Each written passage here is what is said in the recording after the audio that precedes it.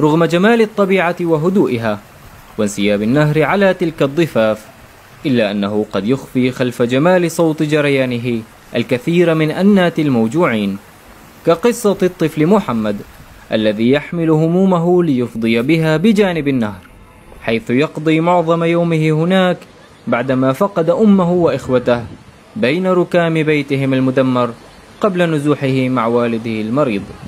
أنا اسمي محمد، عمري 12 سنة، نازح من حما، ساكن دركوش. نزحت أنا من حما لخان شيخون وتوفت أمي وهذا ومات أخواتي وتمينا أنا وأبوي وصوبت أنا وأبوي. كنا بالبيت وقصفنا الطيران وماتت أمي وأخواتي وتمينا أنا وأبوي. أنا أبوي بسبب النظام ما عذبوه وهيك ما بيحسن هلأ يشتغل شيء. أخذوه النظام وشبحوه وهيك ولهلأ ما بيحسن يحرك كتافه مظبوط.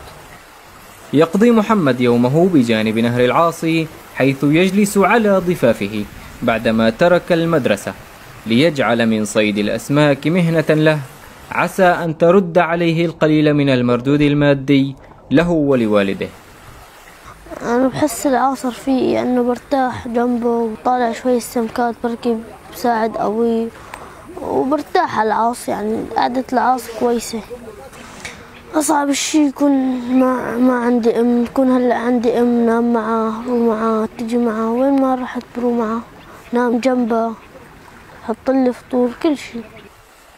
يتمنى محمد أن يعيش حياته كباقي الأطفال، فيشعر بالانتماء والحنان ودفء العائلة الذي لا يعوض، كما يتمنى أن يعود لمقاعد الدراسة ليكمل تعليمه ويجد عملا لوالده يعينهم على كد الحياة وشقائها.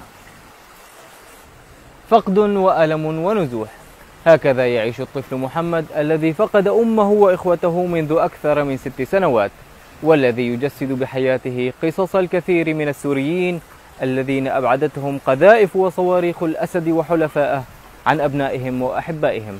عمر جندي للمبدعون نيوز من بلدة دركوش.